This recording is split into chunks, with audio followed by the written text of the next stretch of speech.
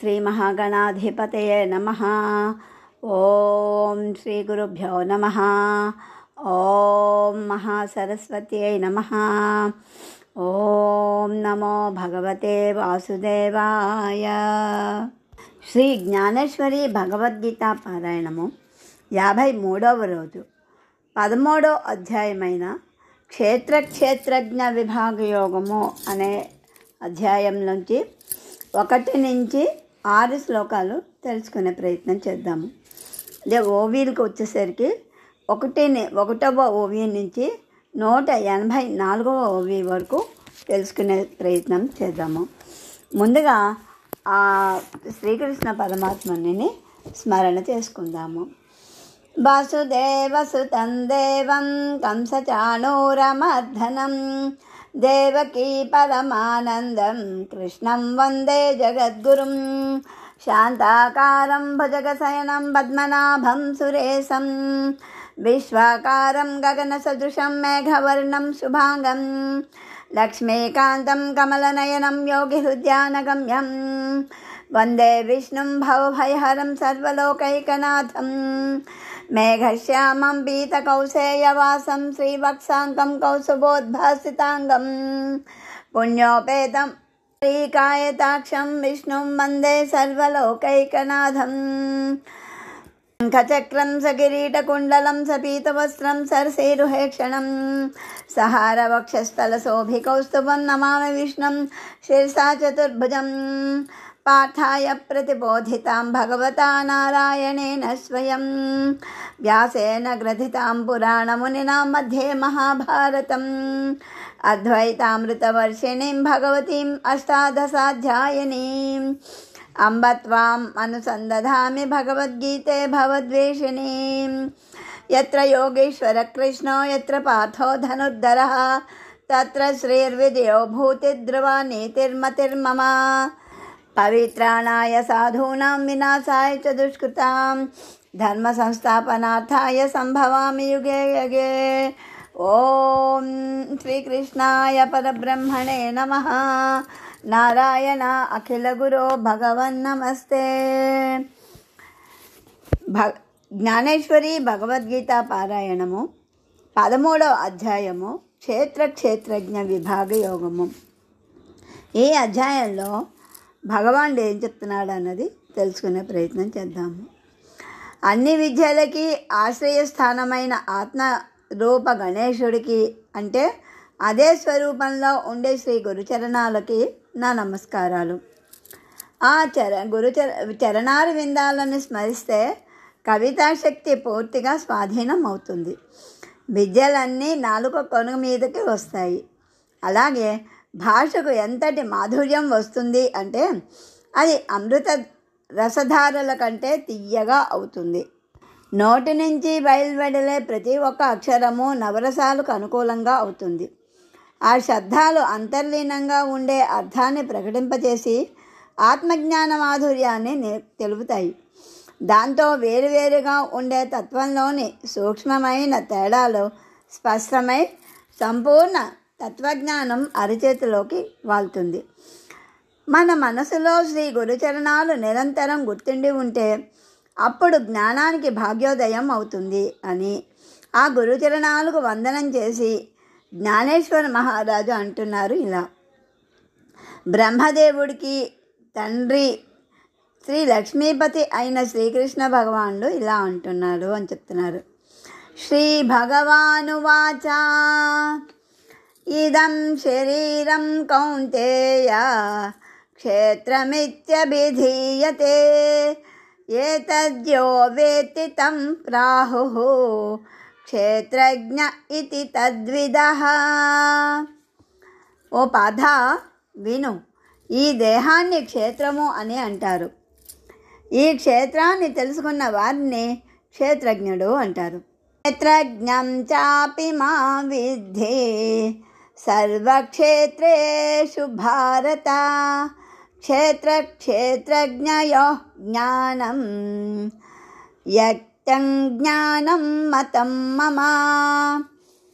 క్షేత్రాన్ని పోషించే నన్నే క్షేత్రజ్ఞుడు అని అంటారు అని బాగా తెలుసుకో.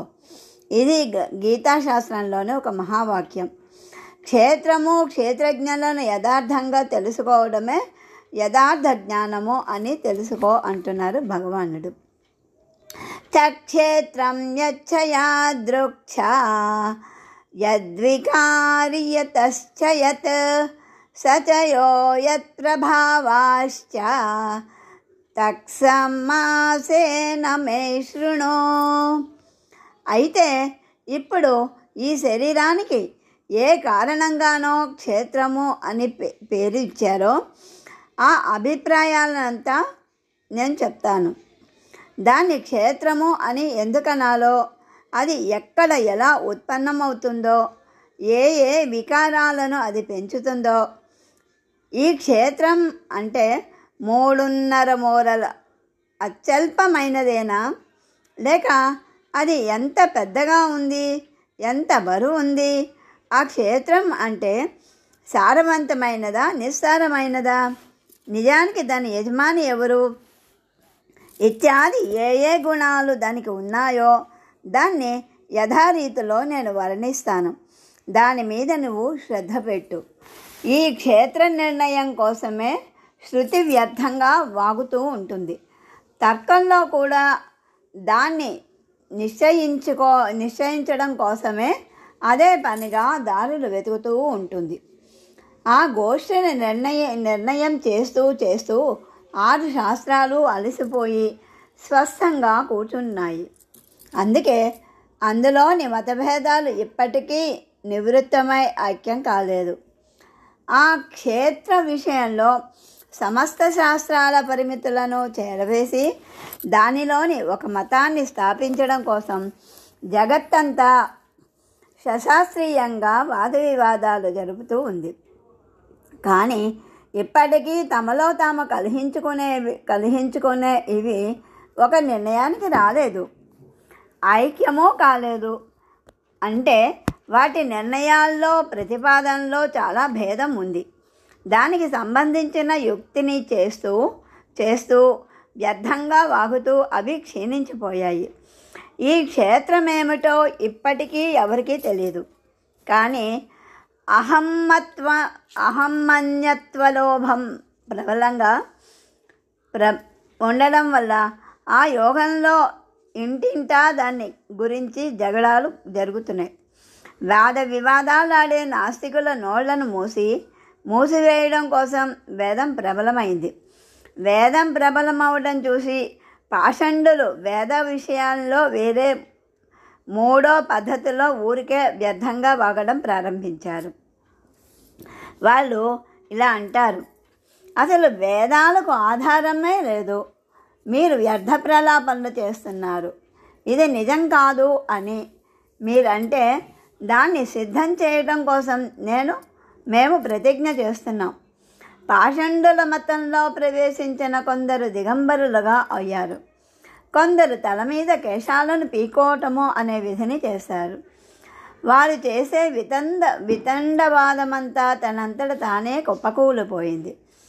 యోగులు ఈ క్షేత్రం మృత్యువాత పడి నిరర్ధకమైపోతోంది అని అంటూ ఆ ఆత్మని బ్రహ్మాండంలోకి తీసుకెళ్ళి దాన్ని సంరక్షణ చేయటం కోసం, ఆ కారణంతో క్షేత్ర నిర్ణయం చేయటం కోసము, దాన్ని సంరక్షించడం కోసం కూడా ముందుకొచ్చారు అని చెప్తున్నారన్నమాట. ఎవరు? యోగులు. మృత్యువుకి భయపడే యోగులు ఏకాంతవాసం చేసి యమ నియమ సాధనా సముదాయాన్ని పోగు చేసుకుంటున్నారు. ఈ క్షేత్రాన్ని గురించిన విచారపూర్వక నిర్ణయం చెయ్యాలి అనే అభిమానంతో ఈశ్వరుడు రాజ్యాన్ని వదిలేశాడు. దాని నుంచి తనకి ఉపాధి పట్టుకోకూడదు అని ఆయన శ్మశానానికి బయలుదేరాడు. ఈ క్షేత్రం గురించిన జ్ఞానాన్ని తెలుసుకోవడాన్ని ప్రతిజ్ఞ చేసిన ఈశ్వరుడు వనంలో ఉండిపోయి పలు దిక్కులకు తన దుప్పటిగా భావించాడు. కాముడు యోగభ్రష్టతను కలిగించేవాడు అని తెలుసుకొని అతన్ని దహించి వేశాడు. బ్రహ్మదేవుడికి ఉన్న 4 నోళ్ళు ఈ గోష్ఠి నిశ్చయం చేయడానికి ఉత్పన్నమైనప్పటికీ అతను కూడా ఈ క్షేత్రాన్ని గుర్తుపట్టలేకపోయాడు అని చెప్తున్నారు నారాయణుడు. ఋషిభిర్బహుదా గీతం ఛందోభిర్వివిధైః పృథక్ బ్రహ్మసూత్రపదశ్చైవ హేతుమద్భిర్వినిశ్చితైః. అంటే ఇక్కడ ఏమంటున్నారంటే, ఇక్కడి నుంచి క్షేత్ర విషేక మతాన్ని చెప్తున్నారు. కొందరు జీవవాదులు ఇలా అంటున్నారు, ఈ దేహక్షేత్రము జీవుడి పొలం, అందులో వ్యవసాయం చేసే రైతు లేక ఆసామే ఈ ప్రాణం. ప్రాణుల ఇంట్లో వారి నలుగురు సహోదరులు అంటే వాయువులు, అపాన వ్యాన సమాన ఉదానమైన వాయువులు. ఈ వాయువులు దేహబలంతో పనిచేస్తాయి. వాటిలోని చతురుడు అయిన మనసు చాలా ముఖ్యమైనవాడు. ఇతను ఈ పైవాళ్ళు సరిగ్గా పనిచేస్తున్నారా లేదా అని చూస్తాడు. ఆ జీవుడి వద్ద పంచ జ్ఞానేంద్రియాలు పంచ కర్మేంద్రియాలు కలిసి 10 ఇంద్రియాలు అనే ఎద్దులుంటాయి. అది ప్రాణం. అంటే ఆ ఎద్దులు రాత్రింపగళ్ళు అని చూడకుండా శరీరం చేత పరిశ్రమ చేయిస్తూ విషయాలు అనే పొలంలో పనులు చేస్తూ ఉంటుంది. కర్తవ్యము అనే ఆవిరి తప్పించుకొని, అంటే విహిత కర్మాచరణలు చేసే వారిని తరిమేసి న్యాయము అనే బీజాలు నాటి వాడికి చెడు కర్మలు అనే ఎరుపును కూడా వేస్తూ ఉంటుంది. ఆ యోగంలో బీజాల్లాంటి అనన్విత పాపాలనే పంట పండి అప్పుడు కోట్లాది జన్మల వరకు జీవుడు దుఃఖపాలనను అనుభవిస్తున్నాడు. అలా కాక విహిత కర్మాచరణ అనే యోగ్యమైన ఆవిరిని సాధించి సత్క్రియలు అనే బీజాలను నాటినప్పుడు కోట్లాది జన్మల పర్యంతము సుఖాన్నే అనుభవిస్తారు. అంటే అనుభవించగలిగినంత పంట వస్తుంది. కానీ కొందరు సాంఖ్య మతవాదులు ఏమంటున్నారంటే, క్షేత్రమే జీవుడి స్వాధీనంలో ఉందనటం సబబు కాదు అంటున్నారు. దాని యజమాని జీవుడు అని అనలేం. అది ఎవరి స్వాధీనంలో ఉంటుందో అది మమ్మల్ని అడగండి. ఈ జీవుడు ప్రవాసి మాత్రమే. మార్గంలో నడుస్తూ క్షేత్రంలో కేవలం నివసిస్తూ ఉన్నాడు. బలవత్తరమైనదవటం వల్ల ప్రాణం అహోరాత్రులు క్షేత్ర సంరక్షణార్థం మేలుకొని ఉంటుంది.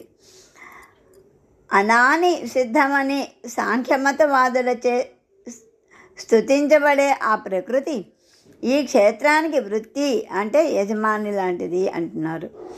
పొలానికి అవసరమైనన్ని అంటే జనులు, ఎద్దులు, గోతం సంచులు ఈ ప్రకృతి ఇంట్లో ఉండటం వల్ల క్షేత్రానికి సంబంధించిన పనులన్నీ ఆ ఇంట్లోనే జరుగుతాయి. ఆ క్షేత్రానికి సంబంధించిన పనులు చేయడానికి ఈ సృష్టిలో ఉండే ముఖ్యమైన 3 గుణాలు దాని కడుపులో ఉత్పన్నమవుతూ ఉంటాయి. వాటిల్లో రజోగుణం నాటుతుంది. వాటిని సత్వగుణం రక్షిస్తుంది.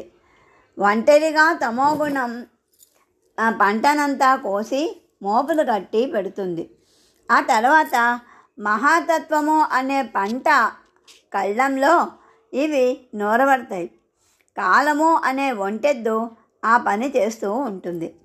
ఇప్పుడు సృష్టి యొక్క అవ్యక్తము అనే చక్కటి సంధ్యాకాలం లేదా ధాన్యపు కుప్ప తయారవుతుంది. ఇంతలో ఈ మాటలు రుచించని బుద్ధిమంతులైన సంకల్పవాదులు ఇలా అన్నారు, మీ ఈ కల్పనంతా ప్రస్తుత కాలానిదే. ఇది చాలా స్థూలం. పరబ్రహ్మ ముందు ప్రకృతి విలువెంత? ఈ క్షేత్రాన్ని గురించి వివరాలు మేమే చెప్తాం, అది మౌనంగా వినండి అని చెప్తున్నారు. శూన్యం నిర్విశేషం అంటే శూన్య బ్రహ్మ పడక గదిలో పూర్ణ లీనావస్థ అనే మంచం మీద బలిష్టమైన సంకల్పం నిద్రిస్తూ ఉంటుంది. అది ఆ సంకల్పాన్ని అకస్మాత్తుగా మేలుకుంటుంది. అంటే తన రోజువారీ ఉద్యోగ వ్యాపారాల్లో నిరంతరం తత్పరాలవటం వల్ల, అంటే అదృష్టవంతురాలు అవ్వటం వల్ల దాని కోరిక ప్రకారం ఒక నిధి లభించింది. అంటే ఏంటా నిధి అంటే విశ్వము అనే ఆకారం తయారు చేసింది ఆ అదృష్టం. నిర్గుణ పరబ్రహ్మ విహార స్థలం త్రిభువనాలంత పెద్దది. కేవలం సత్తా స్ఫూర్తి ఆధారంతో ఆ సంకల్పం సాయం వల్లే, ప్రయత్నం వల్లే అది రంగు రూపాలతో తయారైంది. తర్వాత వేర్వేరు అపంచీకృత పంచభూతాలు అనే చవిటి భూమిలో పంచీకృత బలంతో కలిపిన పంచమాత్రలు జరాయుజ, స్వేదజ, అండజ, ఉద్భీజాలు అనే 4 ఘట్టాలు రచించబడ్డాయి. తర్వాత ప్రథమంగా పంచభూతాలు అనే పిండం బద్దలు కొట్టబడి అది 5 వేర్వేరు భాగాలుగా చేయబడి పాంచభౌతిక సృష్టి తయారు కాబడింది. ఆ ఆకారాలనే అంటే ఆ మనుషులనే పొలాలకు 2 వైపులా కర్మ అకర్మ భాగాలుగా పెట్టబడ్డాయి. అందులో ఊసర క్షేత్రాలు అంటే పశుపక్షాదులు ఉండే క్షేత్రము, వనాలు తయారు చేయబడ్డాయి. ఆ తర్వాత ఆ సంకల్పంతో నిరాలంబ బ్రహ్మ నుంచి మృత్యులోకం వరకు జనన మరణాల రాకపోకలు అనే క్రమం శాశ్వతంగా జరగడానికి 2 సొరంగాలు తవ్వబడ్డాయి. అప్పుడు సంకల్పం అహంకారంతో పాటు జన్మ పర్యంతము కలిసి బుద్ధి యొక్క మధ్యవర్తిత్వం వల్ల చరాచరాలు అనే మార్గం నిర్మించింది. ఈ ప్రకారంగా చిదాకాశంలో నిరాలంబ స్వరూపంలో మూల సంకల్పము అనే కొమ్మ పెరిగింది. కనుక ఈ ప్రపంచానికి ఆ సంకల్పమే మూల కారణం అయ్యింది. ఆ విధంగా సంకల్పవాదుల విచార సరణి అనే మతరూప ముక్త ఫలాన్ని గురించి విని అక్కడున్న మరొక అంటే స్వభావవాదులు మతస్థులు వారి పరాభవించి ముందుకొచ్చి ఇలా అంటున్నారు: మీరు ఎంత గొప్ప పండితులైనా మీ మతాన్ని మీ వద్దే పెట్టుకోండి.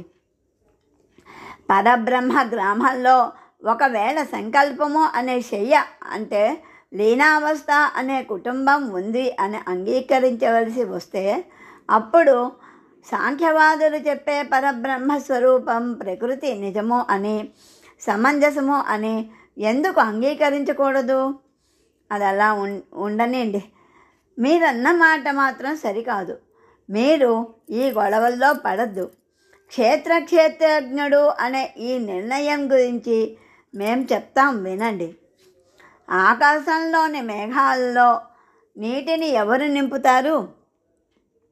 అంతరిక్షంలో నక్షత్రాలను రాలి పడకుండా వాటిని ఎవరు నిలిపి ఉంచుతారు?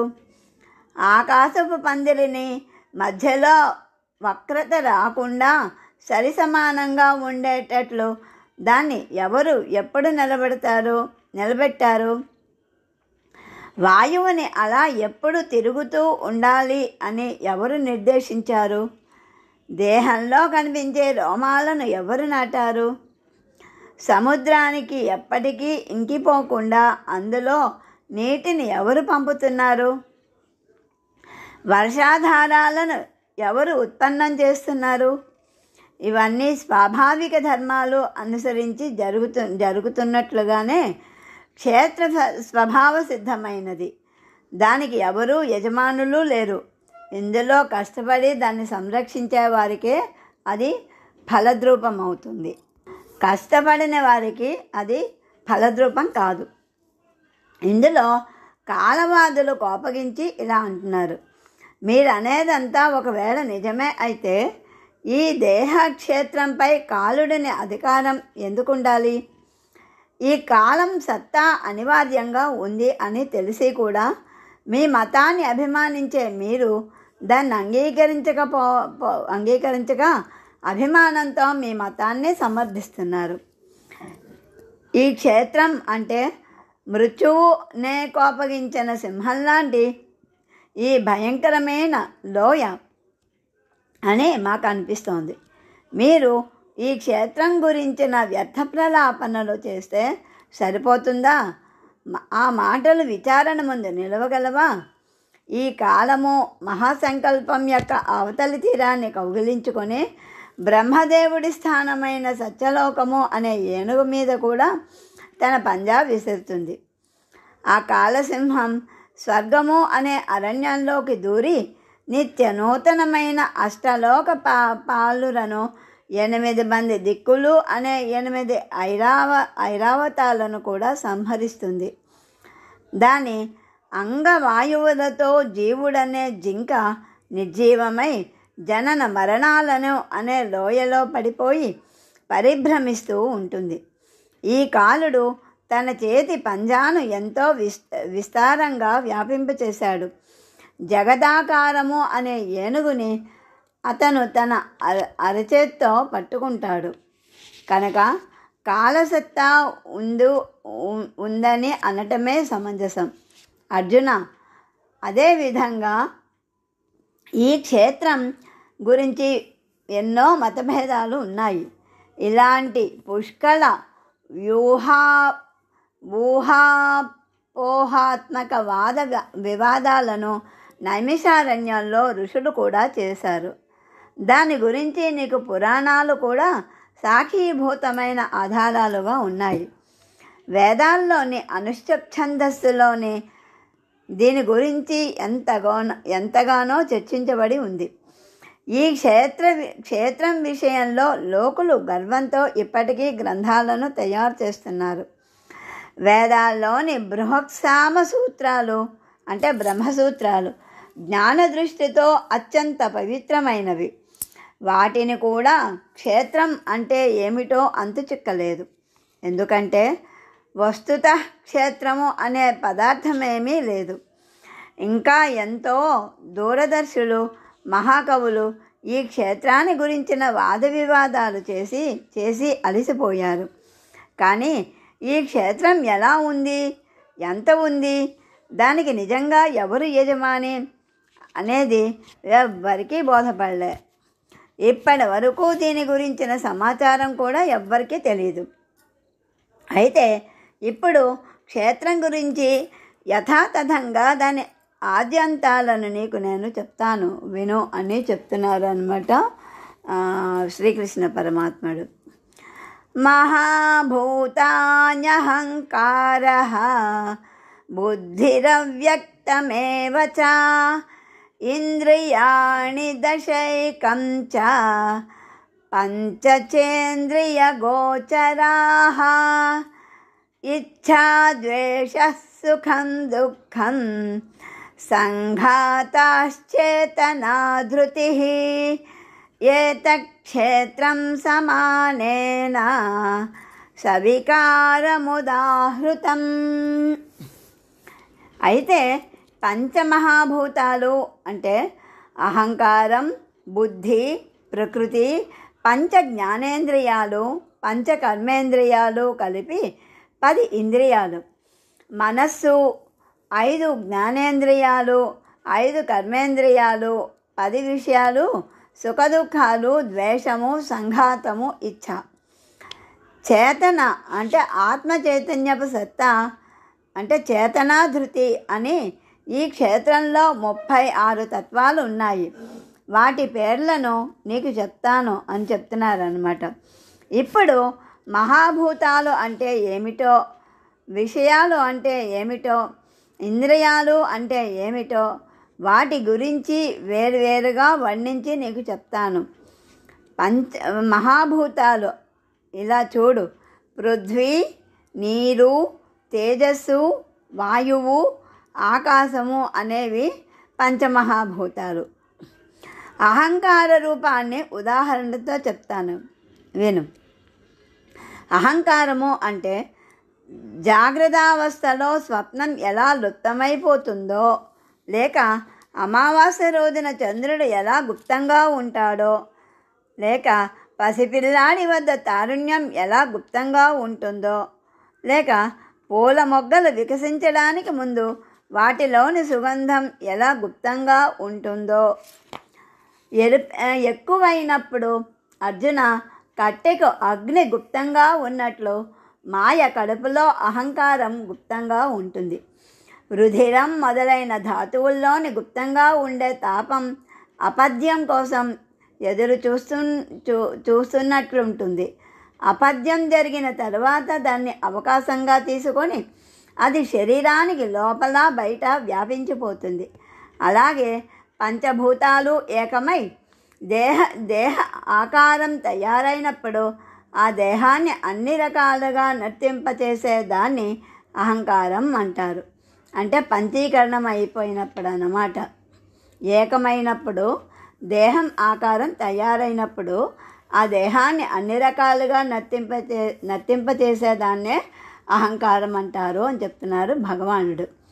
ఈ అహంకారం ఎంత చిత్రంగా ఉంటుంది అంటే అది అజ్ఞానుల వెనక పడకుండా సుజ్ఞానుల మెడపట్టుకొని వారిని నానా రకాల సంకటాల్లో పడేసి వారిని ఆడిస్తూ ఉంటుంది ఈ అహంకారం.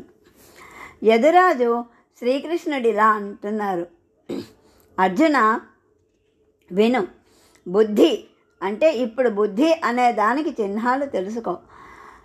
కామం తీవ్రంగా ఉత్పన్నమైనప్పుడు అది ఇంద్రియాల సహాయంతో విషయాల సముదాయాన్ని జయించి తీసుకొస్తుంది. ఆ సుఖదుఖాలు దోపిడీ జీవులకు అనుభవంలోకి వచ్చినప్పుడు సుఖము దుఃఖము ఈ రెండింటిల్లో ఇది మంచి అని ఇది చెడు అని అది నిర్ణయిస్తుంది. ఇది సుఖము, ఇది దుఃఖము, ఇది పుణ్యము, ఇది పాపము, ఇది మంచి, ఇది చెడు అని ఏది యోగ్యంగా నిర్ణయిస్తారో, ఏ యోగంతో ఉచ్చము నీచము అనిపించి చిన్న పెద్ద తెలుస్తాయో, ఏ దృష్టిలో జీవులు విషయాలను గుర్తుపడతాయో, ఏది వృత్తి అనే జ్ఞాన తత్వానికి మూలమో, ఏది సత్వగుణాన్ని పెంచే దశో, ఏది ఆత్మ జీవుల మధ్య ఉంటుందో అర్జున అదే బుద్ధి అని తెలుసుకో. ఇప్పుడు అవ్యక్తం యొక్క సర్వలక్షణాలు నీకు చెప్తాను విను. అవ్యక్తం అంటే ఏంటనో చెప్తున్నారు. ఈ మహాబుద్ధిమంతుల సాంఖ్యమతంలో ప్రకృతి అన్న పేరున్న దాన్నే నువ్వు ఇక్కడ అవ్యక్తము అని తెలుసుకో. ఇంతకుముందు అంటే 7వ అధ్యాయంలో సాంఖ్యాన్ని యోగ మతాల్లోని ప్రకృతిని పర అపర అనే 2 రకాలుగా ఎలా విస్తరించి 4-5 శ్లోకాల్లో వర్ణించి చెప్పాను నీకు అని చెప్తున్నారనమాట. 7వ అధ్యాయంలో ఎలా విస్తరించి ఉంది అన్నది 4-5 శ్లోకాల్లో చెప్పానని చెప్తున్నారు. వీరశ్రేష్ఠ అర్జున, ఇందులోని 2వ జీవదశ అనే ప్రకృతినే పర్యాయ పదంగా అవ్యక్తము అని అంటారు. రాత్రి గడిచిపోయాక ఆకాశంలోని నక్షత్రాలు కనిపించకుండా లుప్తమైపోతాయి. లేదా సూర్యాస్తమానం అయినప్పుడు ప్రాణిమాత్రులు పనులు ఆగిపోతాయి. లేదా అర్జున, దేహం నశించిపోయినప్పుడు దేహం నుంచి వాసన వరకు అన్ని వికారాలు చేసే కర్మలు కడుపులో సంస్కార రూపంలో గుప్తంగా ఉండిపోతాయి. లేదా బీజ ఆకారంలో వృక్షాలు అంతర్గతంగా ఉంటాయి. లేదా దారం అనే దశలో వస్త్రం లుప్తంగా ఉండిపోతుంది. అదేవిధంగా మహాభూతాల సముదాయము తమ స్థూల ధర్మాన్ని వదిలేసి ఎక్కడ సూక్ష్మమే అంతర్ధానమైపోతాయో అర్జున, దాన్నే అవ్యక్తము అని తెలుసుకో. ఇప్పుడు ఇంద్రియాల భేదాన్ని చెప్తాను విను. ఇంద్రియాల దశ అవి ఏంటంటే చెవులు, కళ్ళు, త్వచ, నాసిక, నాలుక, ఈ 5 జ్ఞానేంద్రియాలు. ఈ 5 తత్వాలు ఐక్యమైపోయినప్పుడు వాటి ద్వారానే బుద్ధి యొక్క సుఖదుఖాలను గురించి విచారించి నిర్ణయిస్తుంది. వాక్కు, చేతులు, పాదాలు, గుదము, శిష్ణము ఇవి అని 5 ఇంద్రియాలు 5 రకాలుగా ఉంటాయి. అంటే శ్రీకృష్ణుడు ఇంకా చెప్తున్నారనమాట, అర్జున వీటినే కర్మేంద్రియాలు అంటారు అని చెప్తున్నారు. వీటిని వాక్కు, చేతులు, పాదాలు, గుదము, శిష్ణము ఈ 5 ఇంద్రియాలని కర్మేంద్రియాలు అంటారని శ్రీకృష్ణుడు చెప్తున్నాడు అర్జునుడితో. శరీరంలో నివసించే క్రియాశక్తి ప్రాణానికి భార్య. అది 5 కర్మేంద్రియాల ద్వారానే లోపలకు బయటకు రాకపోకలు సాగిస్తుంది. శ్రీకృష్ణుడు ఇంకా చెప్తున్నారనమాట ఈ విధంగా. ఈ రకంగా 5 జ్ఞానేంద్రియాలు 5 కర్మేంద్రియాలు కలిపి మొత్తం 10 ఇంద్రియాల గురించి నీకు చెప్పాను. ఇప్పుడు మనసు అంటే ఏంటో నీకు స్పష్టంగా చెప్తాను విను అంటూ మనసు గురించి చెప్తున్నారు. ఇంద్రియాలు బుద్ధి రెండింటి సంధిలో రజోగుణపు ఒడి ఆశ్రయంలో చాంచల్యంతో వ్యవహరిస్తూ ఉంటుంది మనసు. ఆకాశంలో నీలివర్ణము లేదా మృగజలంలో అలలు వ్యర్థంగా భాషించినట్లు అలాగే వ్యర్థంగా భాషించేదే ఈ మనసు. శుక్రశ్రోణితాలు ఐక్యమైపోగా పంచతత్వాల ఆకారంలో దేహం తయారవుతుంది. అప్పుడు వాయుతత్వం స్థానభేదంతో పంచమహాప్రాణాలుగా 5 ఉపప్రాణాలుగా అలా 10 రకాలుగా అవుతుంది. అప్పుడు ఆ 10 భాగాలు తమ దేహధర్మ బలంతో దేహంలో మనకు నిర్దేశించబడిన ఒక్కొక్క భాగము వద్ద నివసిస్తాయి. వాటిని చాంచల్యం అనేది ఉండటంతో వాటిలో రజోగుణ బలం ఉత్పన్నమవుతుంది. బుద్ధికి బయట అహంకారం ఛాతీ మీద అలా రెండింటి మధ్య భాగంలో ప్రబలంగా ఉంటుంది. దీనికి మనసు అనే వ్యర్థనామం ఉంది. నిజానికి అది మూర్తిమంతమైన ఒక కల్పనా రూపమే. దీని సాంగత్యం వల్ల బ్రహ్మకి జీవదశ కలుగుతుంది. ఏ రకమైన గోష్ఠిని చెయ్యడానికైనా ఈ మనసే మూల కారణం. దీని యోగంతో వాసన బలిష్టమై అది సదా అహంకారంతో స్పర్ధ పెట్టుకుంటుంది. మనస్సు యోగంతో ఇచ్చ పెరుగుతుంది, ఆశ ప్రబలమవుతుంది. దాని యోగంతో భయానికి మద్దతు లభిస్తుంది. బహిర్ముఖ ప్రకృతి వల్ల ద్వైతభావం ఉత్పన్నమైనప్పుడు అది అనుభవంలోనికి వస్తుంది. దీని యోగంతో అజ్ఞానం తీవ్రంగా పెరిగి అది ఇంద్రియాలను విషయాల్లో పడేస్తుంది. అది ఒకే ఒక్క క్షణంలో తన సంకల్పంతో సృష్టిని ఉత్పన్నం చేస్తుంది.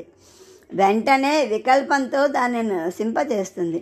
అది మనోరథాలనే ఘట్టాన్ని సృష్టించి వెంటనే బద్దలు కొడుతుంది. అది భ్రమకు ఒక నిలయం, వాయుతత్వాలకు లోపలి భాగం. అది బుద్ధి అంటే జ్ఞానద్వారాన్ని మూసేస్తుంది, అంటే జ్ఞానాన్ని నడవనివ్వదు. అర్జున, దాన్నే మనసు అంటారు. ఇది నిస్సందేహం. ఇప్పుడు విషయాల నామాలను భేదాలను విను అని చెప్తున్నారు. 5 విషయాలు ఏంటంటేట శబ్ద స్పర్శ రూప రసగంధాలు అనేవి 5 జ్ఞానేంద్రియాలు అనే 5 విషయాలు. పచ్చని గడ్డిని చూచి దాని వైపు పరిగెత్తే పశువులాగే 5 జ్ఞానేంద్రియాల ద్వారానే జ్ఞానం బయటకు విషయాల వైపు పరిగెడుతూ ఉంటుంది. ఇప్పుడు వాణితో అంటే మాటతో, స్వరంతో స్వర వర్ణ విసర్గల ఉచ్చరించడం అంటే చేత్తో వస్తువుని తీసుకోవడం, పారేయడం, పాదాలతో నడవడం, పాయు ఉపస్థలతో మలమూత్ర విసర్జనలు చెయ్యడం. ఈ 5 కర్మేంద్రియాలు 5 విషయాలు. వీటి ఆధారంతో బాహ్యక్రియలు వ్యవహారాలకై పరిగెత్తుతాయి. ఇంద్రియ గోచరం అంటే ఇలా జ్ఞానేంద్రియాలు కర్మేంద్రియాలు 10 విషయాలు కలిసి ఈ దేహంలోనే ఉన్నాయి. ఇప్పుడు ఇచ్ఛ అంటే ఏమిటో చెప్తాను. ఇచ్ఛ అంటే కోరిక అని ఒక అర్థం ఉంది. ఇది వరకు అనుభవించిన పదార్థాలు గుర్తుకొస్తాయి, లేదా ఇతరుల నోటి నుంచి ఏదో ఒక వస్తువు గురించిన శబ్దాలు చెవుల్లో పడిన వెంటనే వృత్తి ప్రకాశించబడి అభివ్యక్తమై జాగృతమవుతుంది. లేదా ఇంద్రియాలకు విషయాలకు ముడిపడిన క్షణంలోనే కామం చేతికి సాయంగా తీసుకుని వృత్తి వెంటనే లేస్తుంది. వృత్తి ఉద్భవించడంతో మనసు అటు ఇటు పరిగెడుతూ ఉంటుంది. ఈ ఇంద్రియాలు నిషిద్ధ ప్రదేశంలో తమ నోటిని పెడతాయి. వృత్తి సాంగత్యంతో బుద్ధి పిచ్చిదైపోతుంది. వృత్తికి విషయాల మీద ప్రీతి ఉంటుంది. ఆ వృత్తిని ఇచ్ఛ అని అంటారు. ద్వేషం అంటే ఏంటో చెప్తున్నారు. ఇచ్ఛ ఉత్పన్నమైన వెంటనే ఇంద్రియాలకు అనుభవించడానికి ఇచ్ఛిత విషయాలు దొరకకపోవడంతో ఉత్పన్నమయ్యే వృత్తినే ద్వేషం అని అంటారు. అయితే సుఖం అంటే ఏంటి? ఇప్పుడు సుఖ లక్షణాలు తెలుసుకోవాలి అంటే ఏది ప్రాప్తించగానే ఇతర వస్తువులన్నింటినీ జీవుడు విస్మరిస్తాడో, ఏది కాయ వాచ మనస వీటిపై ఒట్టు పెట్టి దేహం యొక్క గుర్తును నాశనం చేస్తుందో, ఏది ప్రాప్తించడంతో ప్రాణం కుంటుపడిపోయి అంటే క్రియారహితమైపోయి సాత్విక వృత్తి పూర్వం కంటే రెట్టింపుగా పెరుగుతుందో, ఏది అన్ని ఇంద్రియాల వృత్తులను హృదయంలో ఏకాంతంలో తీసుకొని వస్తుందో, ఏది వాటికి తడుతూ గాఢ నిద్రను తెప్పిస్తుందో, ఎక్కువెందుకు జీవుడికి ఎక్కడ సుఖరూప ఆత్మలాభం కలుగుతుందో ఆ స్థితినే సుఖము అని అంటారు. దుఃఖం అంటే పాఠ అలాంటి ఈ ఆత్మ సుఖస్థితి లభించకపోవటం వల్ల కలిగేదాన్నే దుఃఖం అని తెలుసుకో. మనోరథ సాంగత్యంతో అంటే ఇచ్ఛ అనే వృత్తి ఉత్పన్నమైతే దానివల్ల సుఖం కలగదు. కల్పన ఇచ్ఛ నశించిపోయిన మీదట అది సహజానుసారంగా స్వతసిద్ధంగా ప్రాప్తిస్తుంది. అంటే కల్పన నశించిపోవటం ఉత్పన్నమవటం అనే సుఖదుఖాలకి కారణం అవుతాయి. చేతన అంటే అర్జున ఇప్పుడు అలిప్తమో సర్వసాక్షీభూతమో అయిన అలాంటి బ్రహ్మ అంటే చైతన్యము అని దేహంలో ఉన్న సత్తానే చేతన అని అంటారు అని చెప్తున్నారు అన్నమాట. ఈ శరీరంలో నఖశిఖ పర్యంతం సదా జాగృతిలో ఉండే జాగృత్ స్వప్న సుషుప్తిలో ఈ 3 అవస్థలకి అందులో అంటే చైతన్యంలో తేడా అనేది ఉండదు. దాని యోగంతో మనసు బుద్ధి ఇత్యాదులు నవనవలాడుతూ ఉంటాయి. అది మాయా అనే ఈ ప్రకృత వనాన్ని ఎల్లప్పుడూ వసంత ఋతువుగా ప్రఫుల్లితమనరుస్తుంది. జడ చైతన్యపు వస్తువుల్లో అది అధిష్టాన రూపంలో ఒకేలా సంచరిస్తూ ఉంటుంది. దాన్నే చేతన అంటారు. అందులో సందేహమే లేదు. ఇటు చూడు, రాజుకు తన సైనికుల గురించిన వ్యక్తిగత జ్ఞానం ఉండదు. అయినా అది కేవలం ఆజ్ఞతో తన పరరాజులను జయిస్తాడు. అంటే అయినా అది కేవల ఆజ్ఞతో అతను పరరాజులను జయిస్తాడు. లేదా పూర్ణచంద్రుని యోగంతో సముద్రం పొంగి పొరలుతూ ఉంటుంది. అయితే అయస్కాంత సాన్నిధ్యంలో ఇనుముకి చంచలత్వం వస్తుంది. లేదా సూర్యప్రకాశం సమస్త జీవుల్లోని వాటి వ్యాపారాలను చేయిస్తుంది. లేదా స్తన్యాన్ని నోటిలో పెట్టకుండానే తావేలు తన కేవల దృష్టితో తన పిల్లలను పోషిస్తుంది. అలాగే అర్జున, ఈ శరీరంలో ఉండే ఆత్మసత్తా అనే చేతన తన సాంగత్యంతో జడ వస్తువులకి సజీవత్వాన్ని తీసుకొస్తుంది.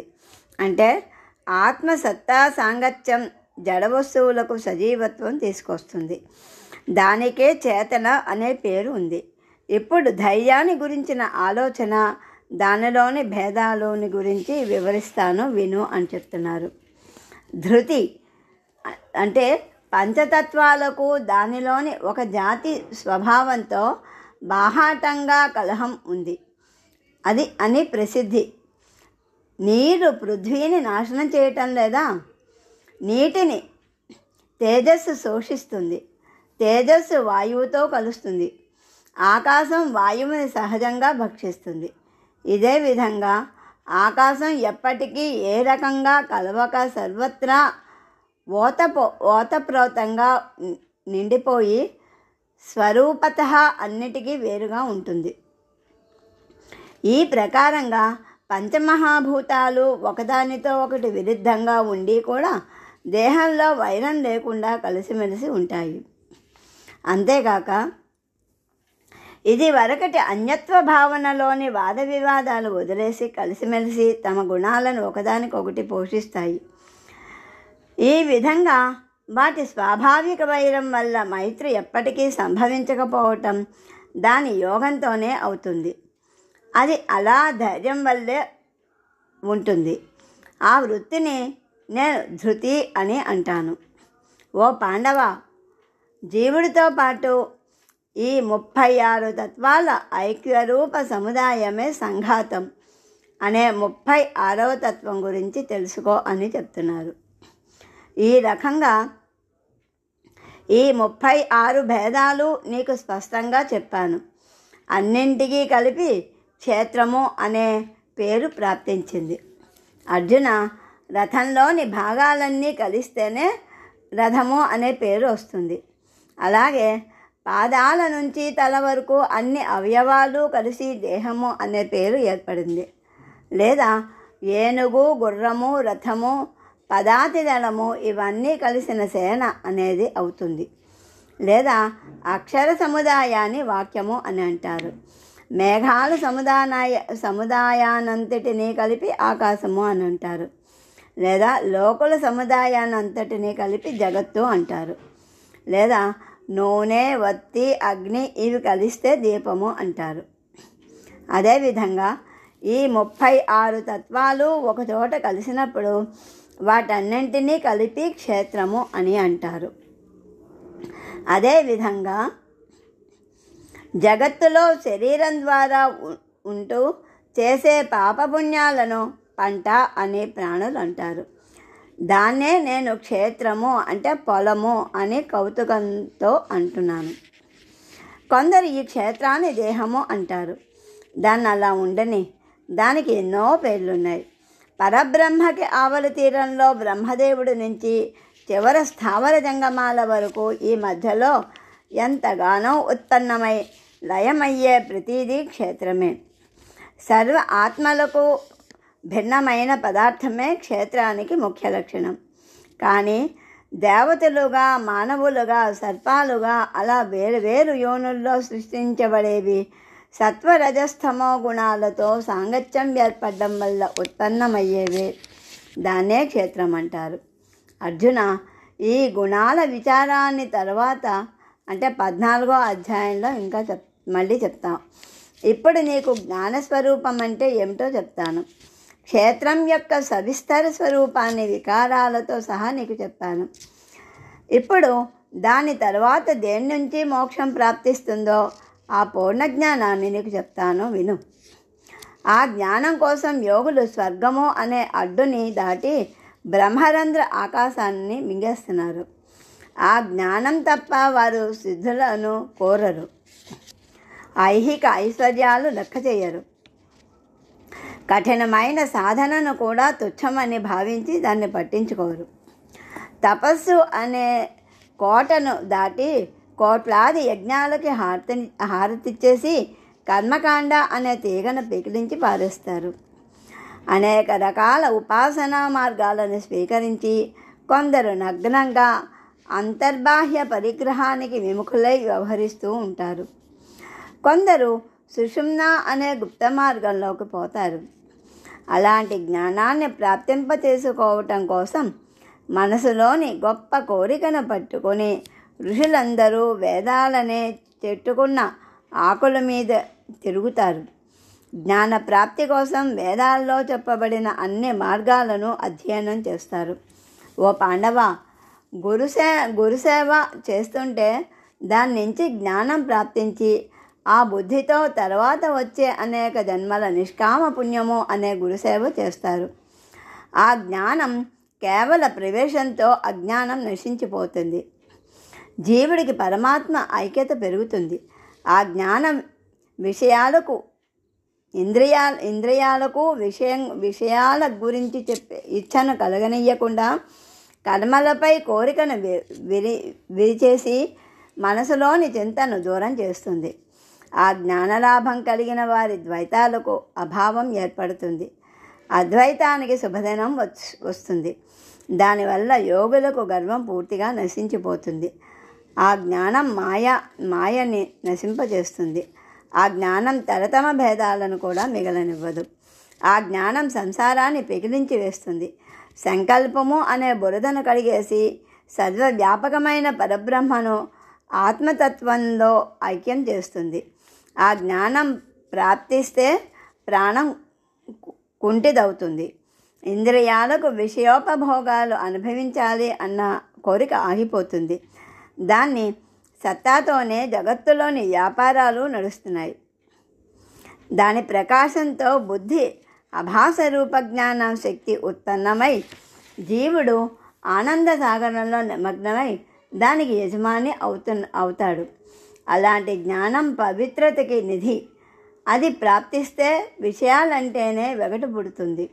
మనసు నిర్మలమవుతుంది. నేను జీవుణ్ణి అని ఆత్మకు పట్టుకున్నప్పుడు క్షయరోగం శుద్ధ జ్ఞాన ప్రాప్తి వలన నశించిపోతుంది.